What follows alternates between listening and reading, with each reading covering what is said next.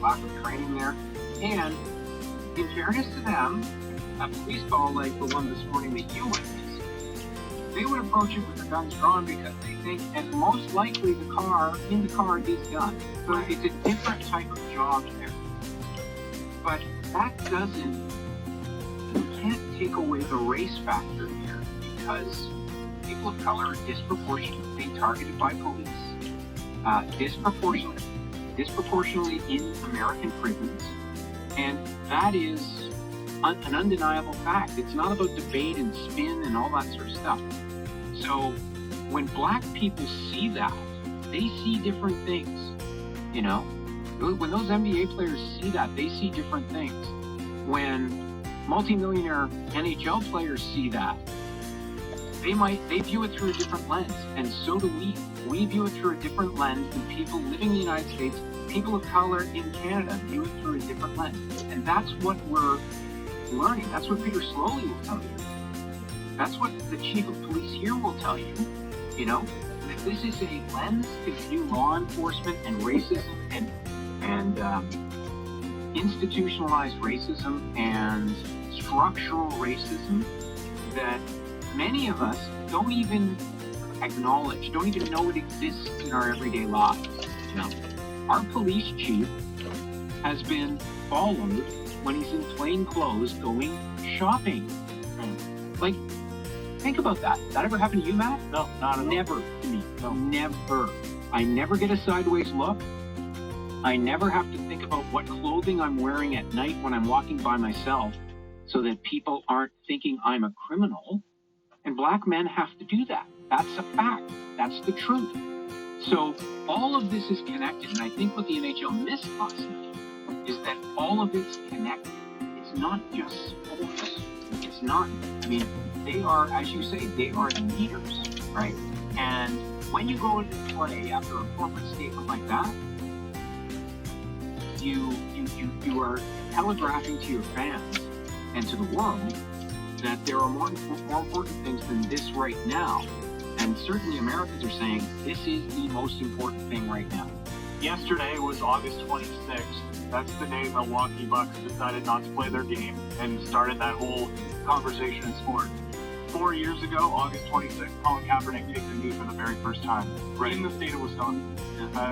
There was some strange coincidences there, but think about that. Just 4 years, like that started a very misunderstood movement, right? It became about respect for the national anthem and respect for the flag, and that wasn't the message he was trying to get across. But 4 years later, now you're seeing an entire sports league pretty much on the brink of just totally walking away on pretty much the exact same issue. And for it to happen on the exact same day and with the same state to be involved, it's a lot of weird coincidences. Yeah. And to your point, what could they have done if they decided to play but do something different? I think, I don't know. I don't know either. Look, it looks in hindsight, it looks easy. You shouldn't have played. You should have postponed the games, because if you postpone the games, we're not talking about this right now. And then it becomes, when do you restart the games? And I would think you take your cue from the largely African-American NBA, and when they restart the games, then you restart the games. If they cancel their season, then you have a discussion about, well, do we scrap the whole thing? And I don't think it's fair to say scrap the whole thing. I don't know. And what's your reaction like on from feedback on this morning? I was just scrolling through our social media feed. There were a lot of people who were basically saying that the one question that I had is what do you gain from canceling? People are having that question, having a hard time wrapping their head around that part of it. Yeah. And I think that was the main question this morning for people is, you know, okay, yes, that's all fine, but how do you quantify what you're going to accomplish by not playing the game? Did you see all the bots out yesterday saying that they were done with the NBA? If you searched done with the NBA on Twitter, it was the same kind of, I've been a fan for X number of years, this is the last straw, I'm done. And they all had the exact same phrasing.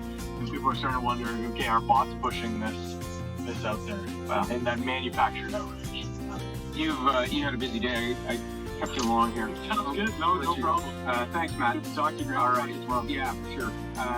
And I'm Graham Richardson in for Leslie Roberts on Busy Day. We're going to play a bit more of Doug Ford's interview with Matt Harris. Happened earlier this morning. The premier in the city right now. And the guidelines for COVID-19 take specific guidelines. We're going to talk to a music teacher and an English teacher about what that means for him coming up. And also Dr. Neil Rao will speak with us. He's an infectious disease specialist and a medical microbiologist. On this issue, before we go to break, on this issue of racism on race and on hockey, hockey, minor hockey, all hockey, generally speaking, does have an issue with racism. And if you don't believe me, I'm talking about minor hockey. You ask any player of color if they've been taunted on the ice, and they will tell you every year, several times a year. I know this personally. Players on our team, when my kid was playing, it was a constant problem, sometimes from the same team, and the league didn't do anything about it. Now, if the team was playing in the Greater Toronto Hockey League, the GTHL, they have a much stricter no-tolerance policy. And often players, if they're caught using racist taunts on the ice, they're thrown out here. Good thing. But you ask any player of color of any caliber of any age, maybe not the very young age, but as they get into the team, you ask them on the ice, have you been taunted because of your race? And I guarantee you they will answer absolutely. Now, why is that a hockey problem? Well, it's a hockey problem because if it happened in the classroom, that person would be suspended or expelled and disciplined. If it happened in public, that person arguably could be charged with a hate crime. But because it happens on the ice, it has happened on the ice, and when it happens on the ice, the league rules kick in. So when I say hockey is a predominantly white sport and it needs to reach out to other communities and it needs to grow itself to look more like Canada. That's what I'm talking about. And that kind of behavior needs to be from Hockey Canada down. They have done some things, but from Hockey Canada, the NHL down, it needs to be absolutely, like, you do that, see you later, you're not coming back for the whole season. That needs to be the message to any kids or anybody who is telling another player that they don't belong because of the color of their skin. And it happens. It happens. I know this is not what the shooting in Wisconsin is about, but when the NHL makes a choice like last night, and the NBA makes another choice. Definitely feels like late August. Mostly sunny today, a high of 20. Clouding over tonight with a low of 8.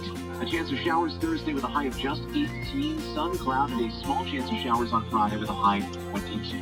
Ottawa's Real Estate Authority, Massoud Mondre with Ottawa Property Shop. Sell your home at your price, or Massoud will buy it guaranteed. Learn more at fastersalemoremoney.com. From the CTV Weather Center, I'm Chris Olski. At Spence Diamonds, we know the groom, just like diamonds, is under a lot of pressure. You have to give a speech in front of everyone you know, and they'll probably be live streaming it. So maybe a little less pressure would be nice when buying the engagement ring. At Spence, you get a great selection of modern and classic styles with exceptional value and a 30-day money-back guarantee. Spence Diamonds. You'll find us and the perfect ring in Rideau Center.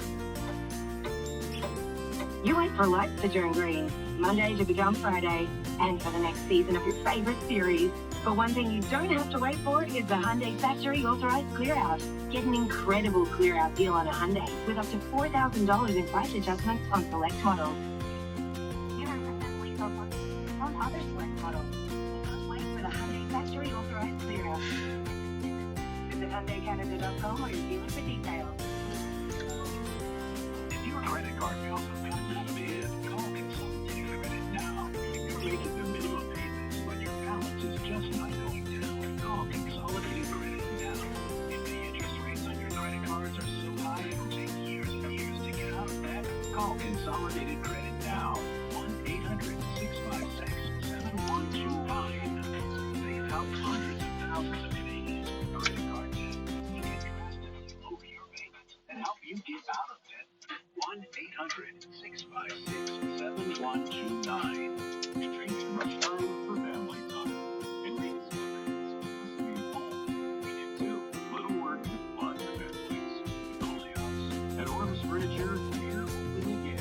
Fully staffed, back at it, and helping you master the art of routine. Working from home or just working on your own. And some things they can't do. And that's benefits for us. But it's work for you. You're ready for this. Just like Orvis Furniture. You don't have to be local. Many clients from other surroundings shorten latitude leave retirement days as their new home.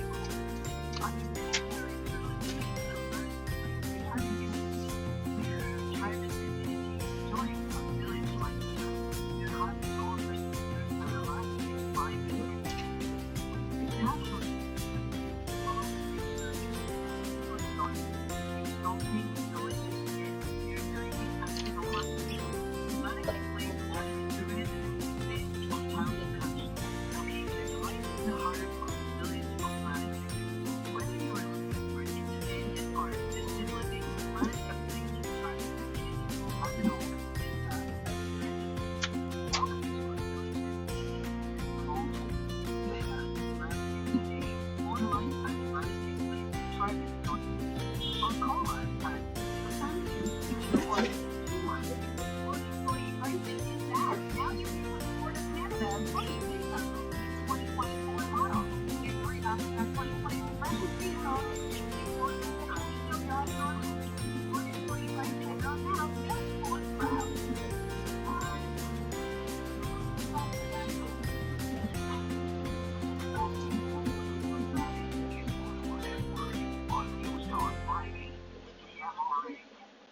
Welcome back. I'm Greg Richardson, intellectual analyst on Ottawa and Work. Yesterday, we talked about guidelines for schools. What the teacher should do, what the principal should do, what parents should do.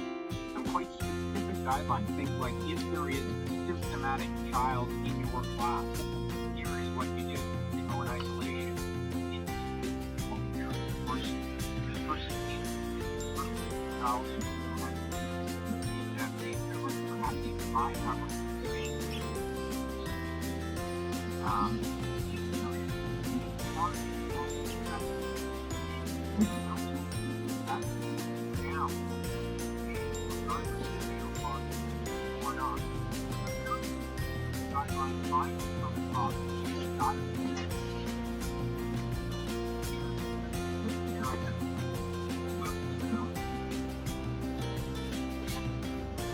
Secondary School in Orleans. He joins us on the line. Hi, Luke. How are you? I'm very well, Graham. Yourself? Good. How do you feel about things overall? About specifically what you just talked about, the new guidelines? Just generally. First, and then we'll move to the guidelines. I mean, I'm excited to see my students and my colleagues, of course, but I'd be crazy not to be nervous. Sure. So, yeah, I'm feeling quite nervous about returning. What causes you the most concern? Is it the logistics and the sheer numbers of kids, or is it everything? Yeah, it's a lot of things. It's mostly the fact that the ground keeps shifting under our feet. I think, if I'd had some semblance of a plan in April or May or June or July, by now, I'd have my head wrapped around it and I'd be going, okay, I know what I'm in for and I can plan for that. But I mean, as we stand, the first I heard of these new guidelines was literally you talking about them 8 seconds ago. Really?